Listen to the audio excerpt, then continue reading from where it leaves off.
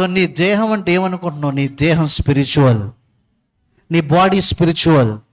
ఎప్పుడైతే నీ body spiritual నీకు అర్థమవుతుందో అప్పుడు నీకు రోగం రాదు.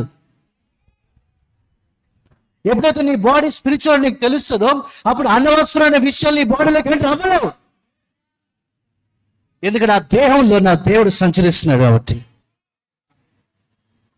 అప్పుడు క్రీస్తుకి బెలియాలకి ఏం సంబంధం? బెలియాలు అంటే ఏంటి? ఇప్పుడు దుష్టత్వం. ఆ దుష్టత్వాలు అన్నీ ఏమిటి ఉన్నాయి? అది క్రీస్తులోకి రాలేదు. అంటే నీ దేహంలోకి రాలేదు. ఎందుకు చెప్పినా, నీ దేహంలో ఆయన ఖాళీగా లేడు. నీ దేహంలో సంచరిస్తూ ఉన్నాడు. ఆయన ఏది పడితే చేయడానికి అవకాశం లేదు. నీ దేహంలో అపవాది కూడా రాలేడు. ఏం రాలేడు? ఎందుకు రాలేడు? ఎందుకు రాలేడు నీ దేహంలోకి అపవాది? దహించగ్నిలో సంచరిస్తున్నాడు. నువ్వు మండుచున్న రాయివి, నువ్వు సజీవమైన రాయివి, దానిలోకి మృతదేహమైన వాడు సంచరించలేడు అక్కడ.